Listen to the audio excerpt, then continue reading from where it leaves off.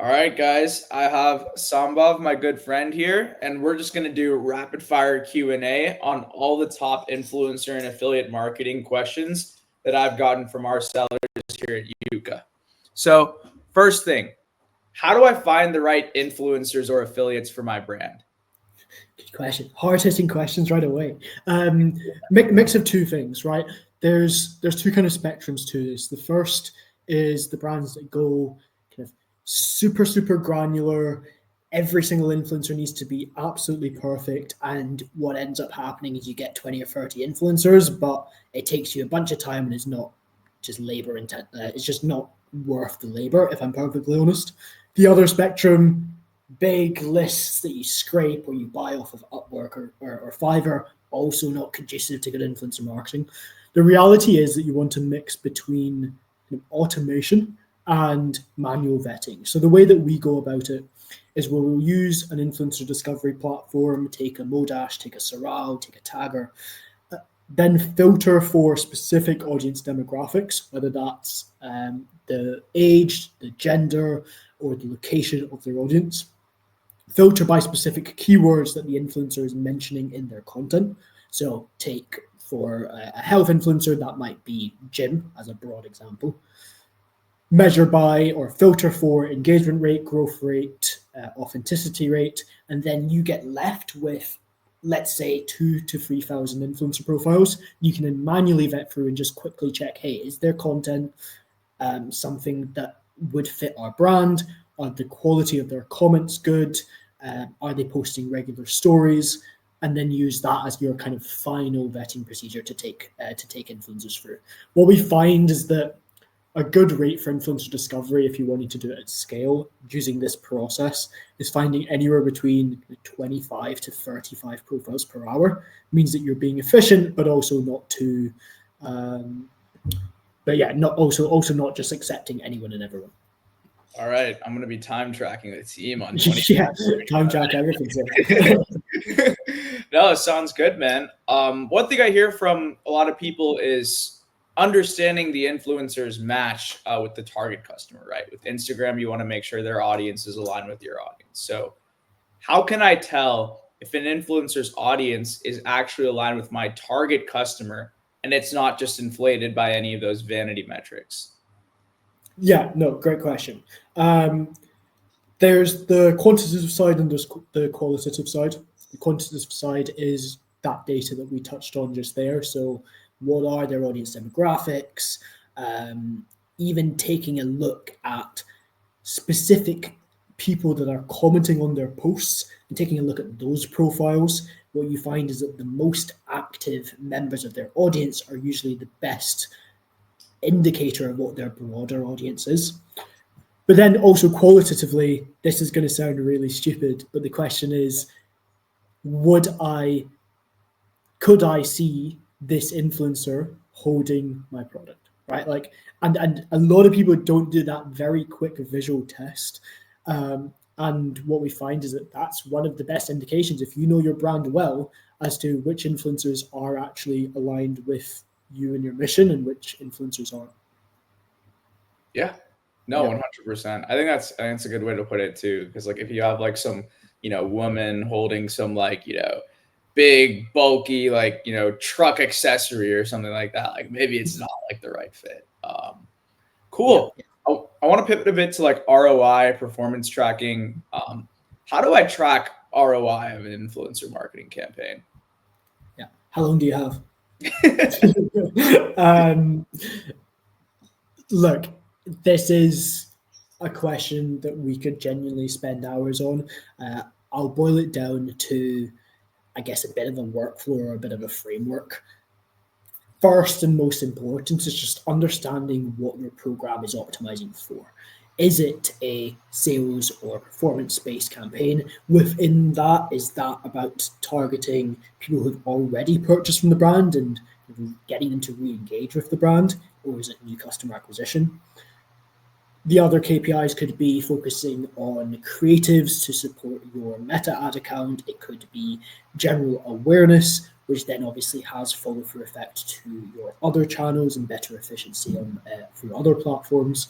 But identifying your core KPI first, then building out using either a customer acquisition cost model or using a cost per mil CPM model, how much this partnership should cost you for a specific KPI, or alternatively, if I'm spending this much on a partnership, what sort of KPI should I be looking at? And then, I mean, there's multiple different ways to measure the back end effect, but that gives you at least a baseline quantitative measure that you can work against. And then we could go into a bunch of other stuff around organic brand search and all the details, but that's a pretty good simple framework to start.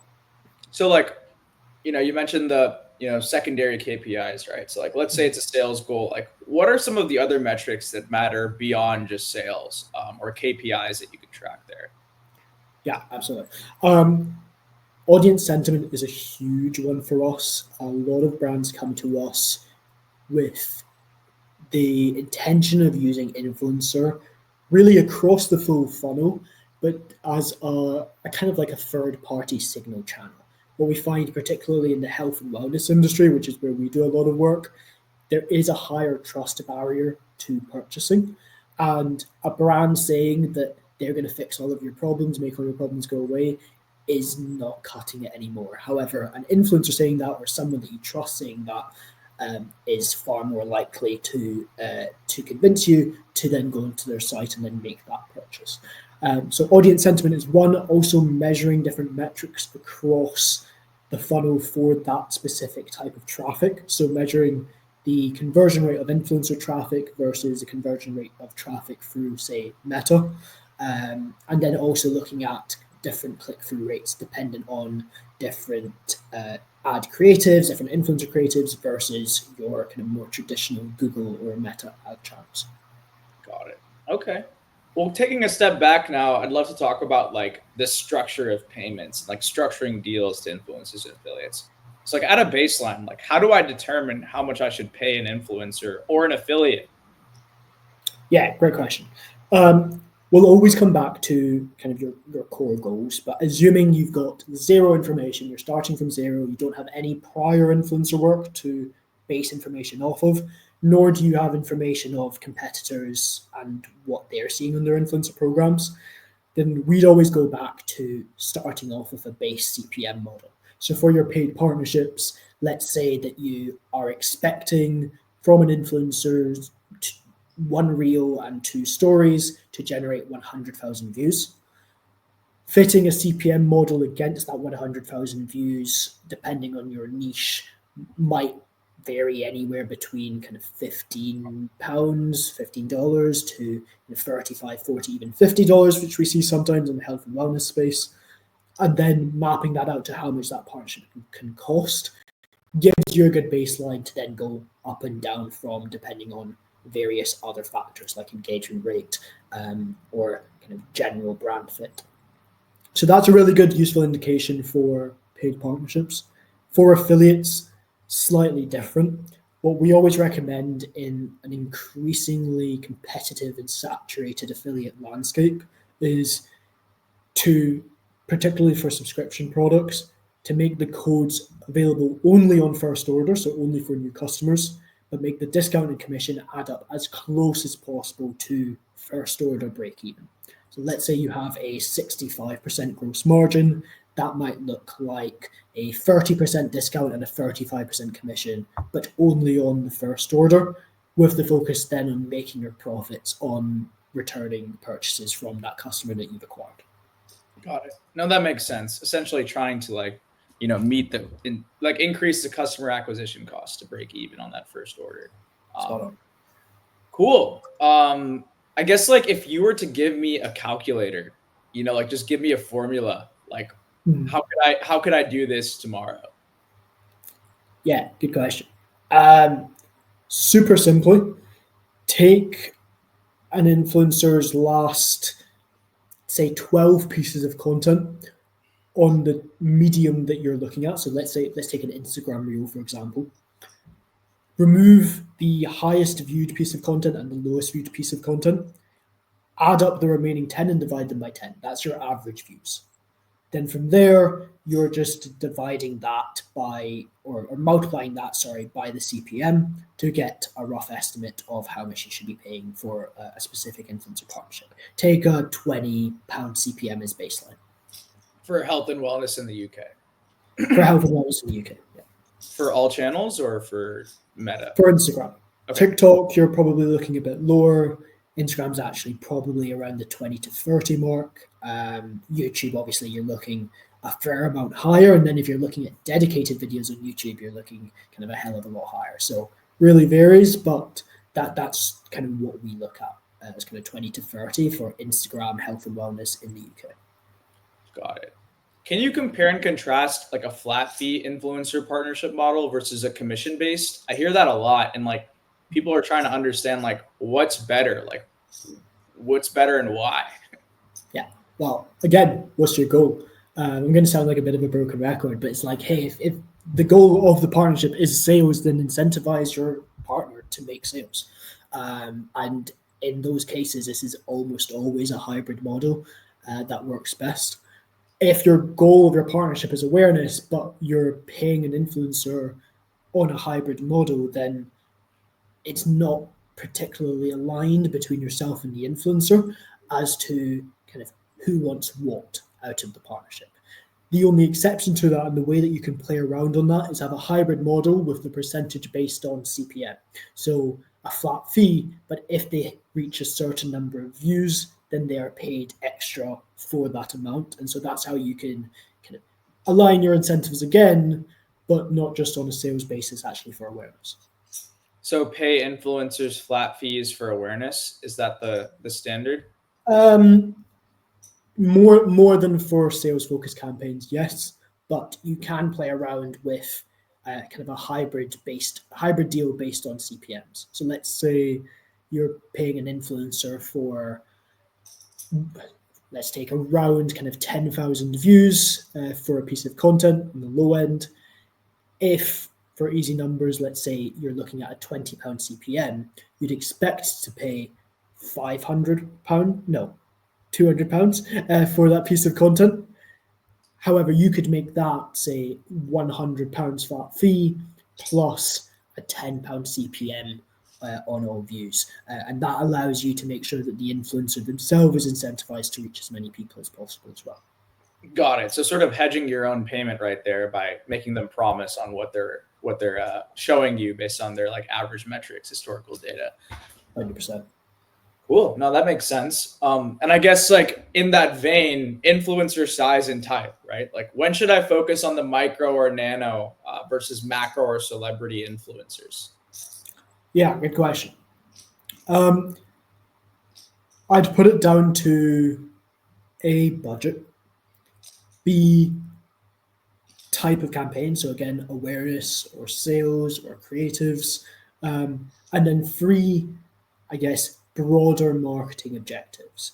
I'll give you a couple of examples there. Let's say you are running kind of a pretty low budget influencer program. You probably don't have the money to go out and pay. I'm going to show me being in the UK here, but David Beckham, for example, or Kim Kardashian.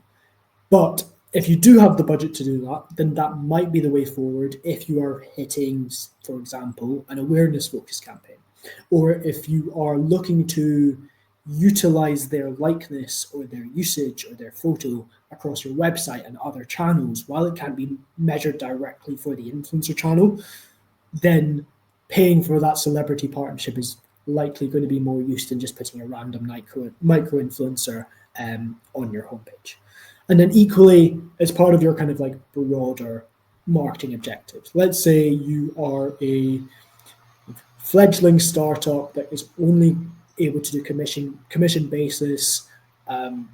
Cash flow is a big issue.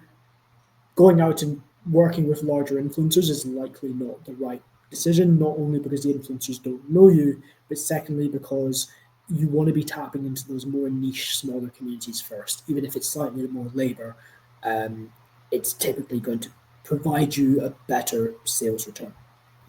Got it. And like in that vein, right? Like how does the size of these influencers impact trust, reach, ROI? I've heard like mixed things about micro and nano being more engaged and trustworthy, and then macro being more reach. But it's just like, what's really the answer here? Yeah, I mean that's broadly correct with like a vast generalization. Is the larger the influencer, typically the less trust they have with the average audience member. The part where I disagree with that and the subtlety to that is just the inclusion of engagement rates within engagement rates and particularly comment rates within your analysis of each influencer. If you have an influencer with say 100k followers with a 10% engagement rate, or an influencer with 10k followers with a 5% engagement rate, the influencer with 10k followers is not likely to have a more trusting audience just because they have less followers. What you should really be looking at there is your engagement rate, or even particularly your comment rate, because that indicates how, I guess, clued in or how community led their influencer's audience actually is. Got it. No, that totally makes sense. Switching over to a different vein on legal and compliance, right? How do I ensure influencers and affiliates disclose their partnerships legally, like for instance with like FTC compliance? Yeah, good question. And even harder in the health and wellness space, as you can imagine, and as you know, hashtag ad is your big one. Like literally everything, hashtag ad, hashtag sponsored. Make it clear. Don't leave that to chance, and definitely specify it multiple times through your communication with the influencer in writing, so that even if the influencer doesn't follow it, you're covered as a business that, hey, we told them multiple times and had in the contract for them to include hashtag ad. Apart from that, you do need to be careful of kind of a couple other things. Let's say an influencer says something about your product that you couldn't say yourself, particularly in the health and wellness industry. This is kind of a big concern. Them posting that organically is completely fine, and the FTC are going to be completely fine with that happening. However, the moment you were to then repost that bit of information into your channel, or to use that piece of content in ads, if they've said something that you can't legally say as a business, that is you validating their comment, and therefore kind of suddenly doesn't comply with FTC regulations. So just be careful around that, in terms of particularly if you're seeding product out to influencers and getting a lot of organic content. The moment you then repurpose it onto your channels, that is an indication to the FTC that you now kind of, I guess, endorse that comment. Yeah, no, it totally makes sense. Okay, switching back to more like execution mode. How do I scale influencer and affiliate programs efficiently? Yeah, good question. My biased take is that most brands should be running as much scale as possible through their influencer seeding programs. We truly see it as kind of the base to any sustainable and growing influencer program. What I mean by that is kind of, it really just provides a platform for you to build relationships with influencers at scale every month, open new conversations, negotiate better rates for kind of paid partnerships, and just generally drive that kind of always on awareness, creatives, and sales. What we find is that brands that are running that seeding piece at scale have a much easier time scaling all other parts of their influencer program than if they're not. That being said, like any other channel, the rest of it comes from just doubling down on what's working, testing different mediums, testing different channels, testing different influencer types and niches, and testing different angles on the content itself, figuring out what works, running those split tests over time, and then continually working with your best performing influencers on long-term partnerships using your best performing angles. Typically, we look for around a 70-30 split, in terms of 70% of your work should be with known influencers running known concepts on known channels. 30% of your work should be altering one of those. So maybe it's a new influencer niche, maybe it's a new content type, maybe it's a new channel. and that allows you to maintain that balance between continually scaling your program, but then also ensuring that you don't stagnate and not innovate through the program. Got it. Okay. And if you were to give me a tech stack right now on how to manage influencer and affiliate campaigns, what would your dream team tech stack look like? You want me to say Yuka? Okay. Sorry, I was meant to be on mute. No, yeah, I mean Yuka for your TikTok stuff, like every day of the week. We particularly like Social Snowball on the affiliate side as well, both for Instagram and for TikTok. We'd recommend a number of discovery platforms, but Modash at the moment is one of my favorite. We also use Creator IQ for a couple of our clients, for those with slightly larger tech stack budgets.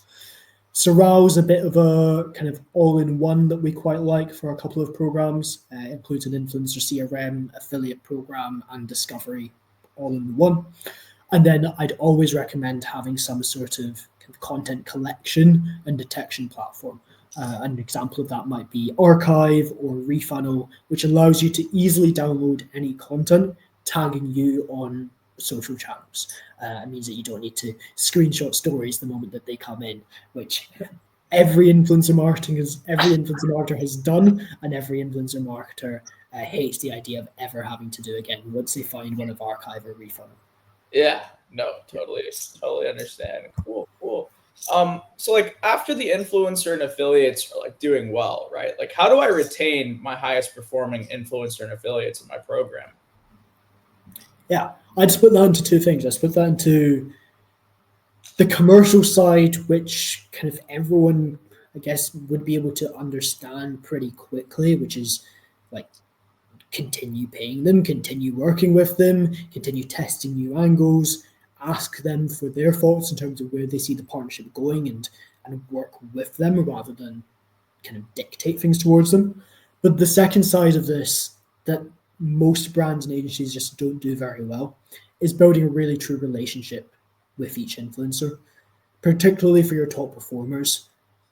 If my team or I don't know what that influencer did over the last kind of couple of weeks, what their holiday schedule is like how their kids are doing, then that's a bit of like a beige flag for me, because particularly if they're your top performers, particularly for a very human to human channel, if you have that really deep understanding and connection with an influencer, then the whole process, when there are inevitably issues, runs so much smoother.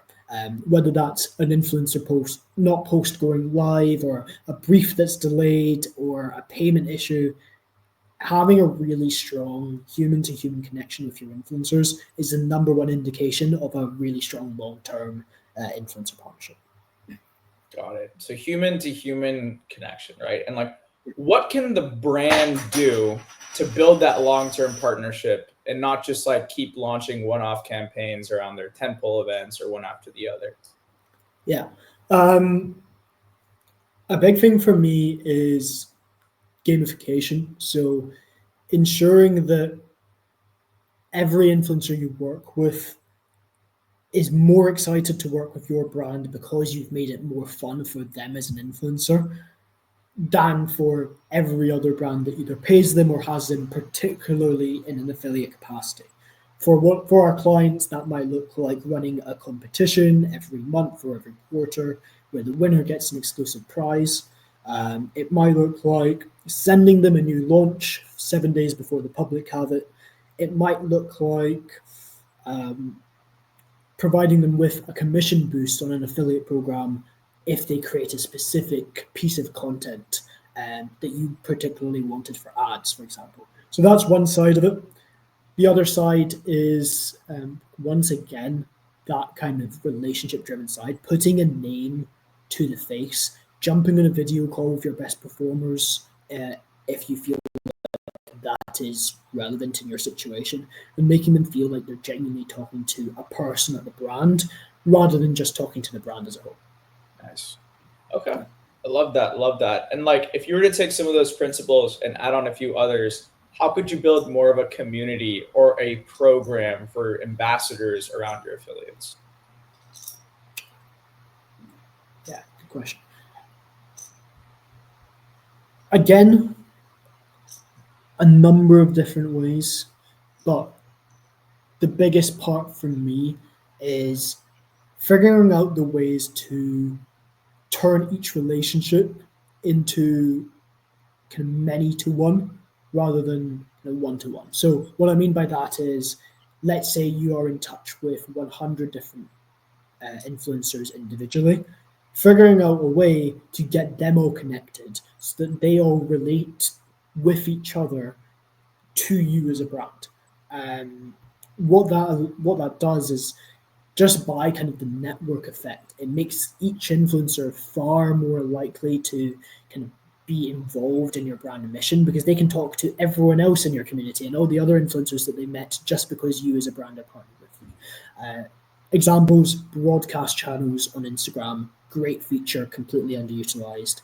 Close friends stories on Instagram, completely underutilized, and while it doesn't connect influencers together, allows you to put information on an influencer's native platform. Really useful. WhatsApp groups, Discord groups, just kind of a million different ways to get these influencers all connected, and I'd highly recommend doing it. Facebook groups, for example, highly recommend doing it if you have enough scale there. Cool. Well, we've still got a few more questions, so I appreciate your stamina here. We're going to keep them through. This is a big one for TikTok Shop, and resonates with those CPM-based models that you were talking about earlier. A lot of what's happening in the TikTok Shop world is people are creating incentives around post frequency or post rate, right? What's the best way to incentivize influencers to post more frequently? Yeah, good question. We split it into baseline communication and then your kind of gamification strategies on top. So a lot of the TikTok Shop brands have been first and foremost some of the most innovative in terms of that gamification side. You take Goalie Nutrition as kind of the first example of the brand that laid out this somewhat ridiculous, like GMV led prizes, which started a bit of a trend around TikTok being first and foremost for gamification of affiliates. So that's your competitions, that's your prizes, that's your perks, that's your new launches.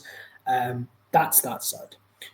The part which, again, I think that most brands just get wrong is your baseline personal communication. The same way you would have an organic social or a community manager managing your kind of all your customers, talking about you on socials, commenting on your posts, you should have one for influencers, because each of those influencers' reach is far more than the average customer, average consumer who's engaging with your posts.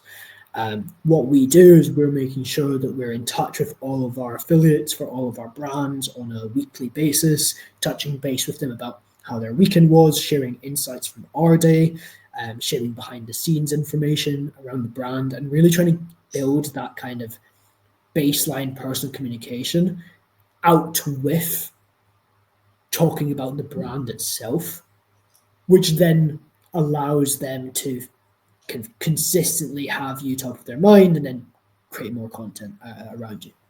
Nice, cool. And then this is a big one. I think it's like a little different for seeding, but in the TikTok Shop world, this is a common one. How do I handle people or creators who don't post after getting the free product I gave them? Yeah. I just make a note of them and just don't send them product again. Particularly on TikTok Shop, where I'm correct in saying I believe that they are kind of obligated, quote unquote, obligated to create content when they're receiving that sample.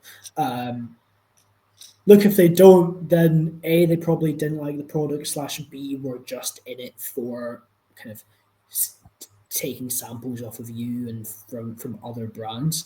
I wouldn't stress it. I think that the labor cost of trying to chase them down and trying to get an extra piece of content out of someone that clearly doesn't actually want to, and then that probably not performing very well because of it, is probably just far too much effort for what it's actually worth. And instead focus on building your community of influencers that are actually posting the product, and maybe getting another video out of them. Because getting an influencer or getting an affiliate to go from one creative to two creatives posted is far easier than getting someone to go from 0 to 1. Got it. Okay. And I know you talked about this a bit earlier on like, reaping the fruits of your influencer campaigns, tagging and tracking it, right? How can you effectively repurpose your IGC or influencer generated content for paid ads or UGC marketing? Yeah, awesome question. When I get asked all the time, my go-to here is just remembering that if it works well for organic, that doesn't mean it's going to work well for paid. What I mean by that is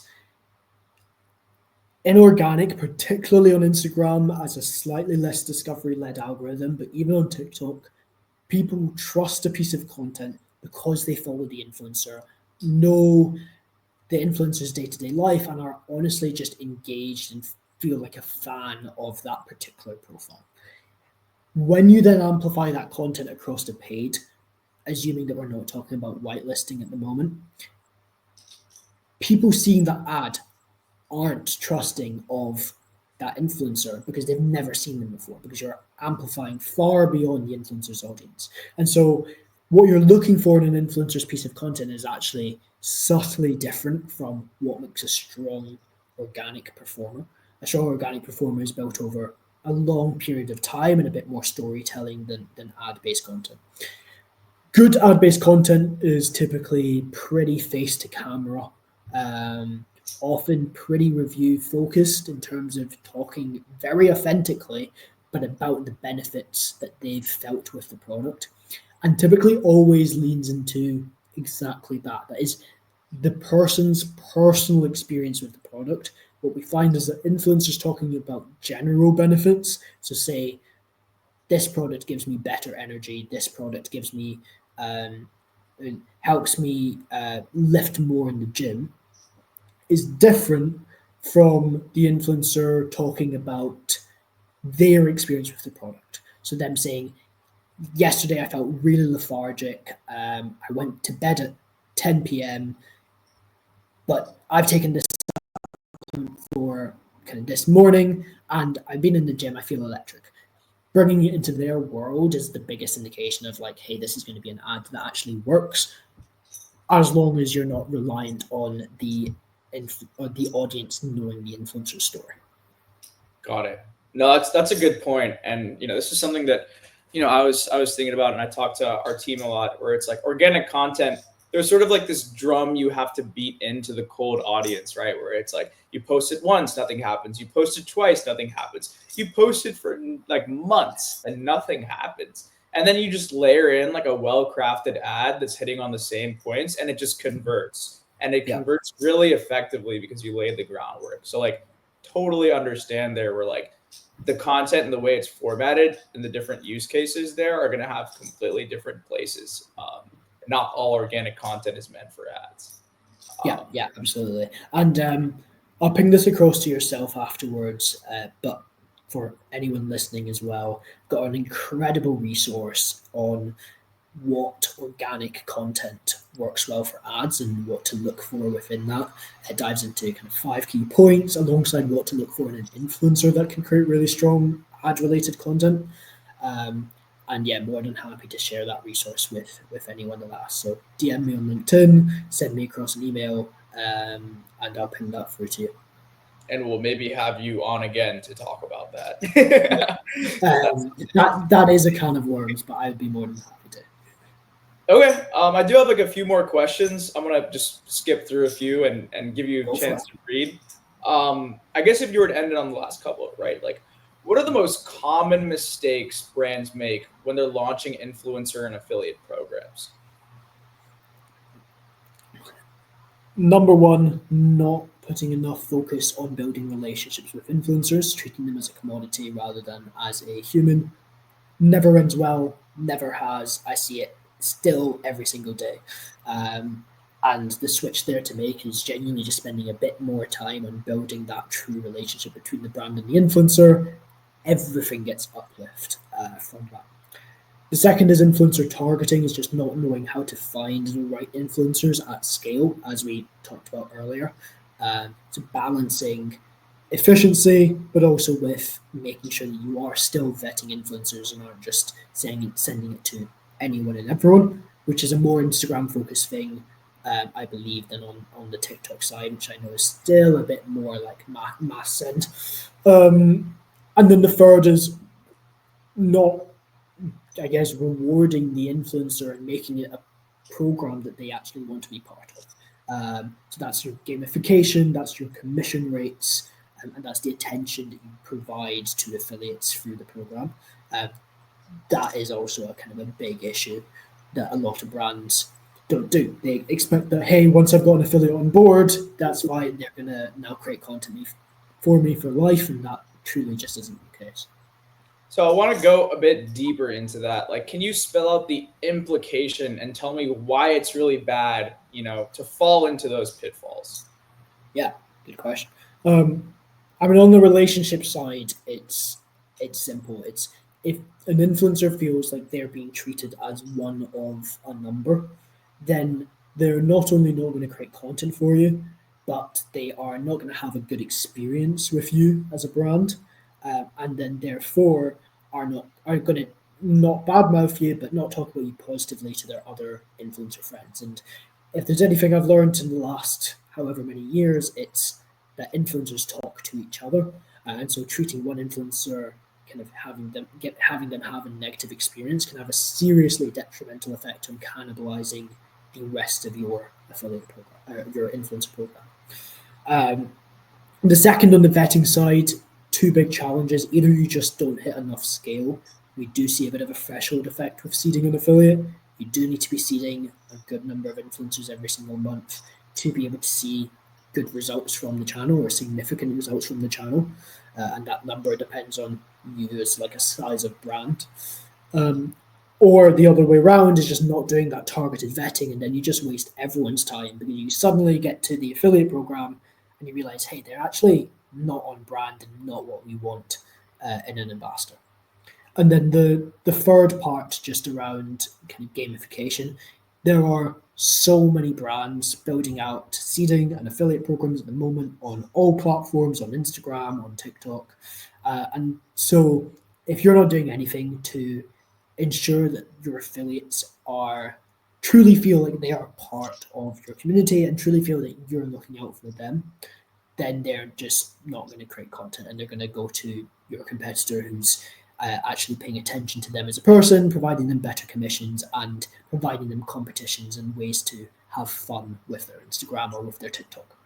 Got it. So one, you lose the opportunity to build a meaningful relationship with influencers. You lose ROI that you could have, and you risk your brand equity if that influencer tells anyone else, right? Yeah. Two, you waste all your time, resources, and budget selecting the wrong influencers, which could harm the ROI of your campaign, right? You'd be losing money by not vetting correctly and at the right scale. And then three, if you're not gamifying it correctly, you're losing the affiliate retention, differentiation, and opportunities to build long-term relationships and increase the influencer performance for your brand over time. Is that a synopsis of what you're saying? It's better than I put it. Hey, you've been answering 25 that's my I'm just coming in and swooping in, but I just wanted to clarify that because it's super important what you were saying.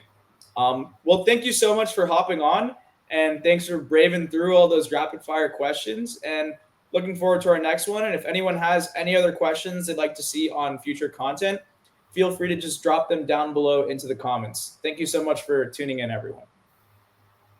Cheers, man.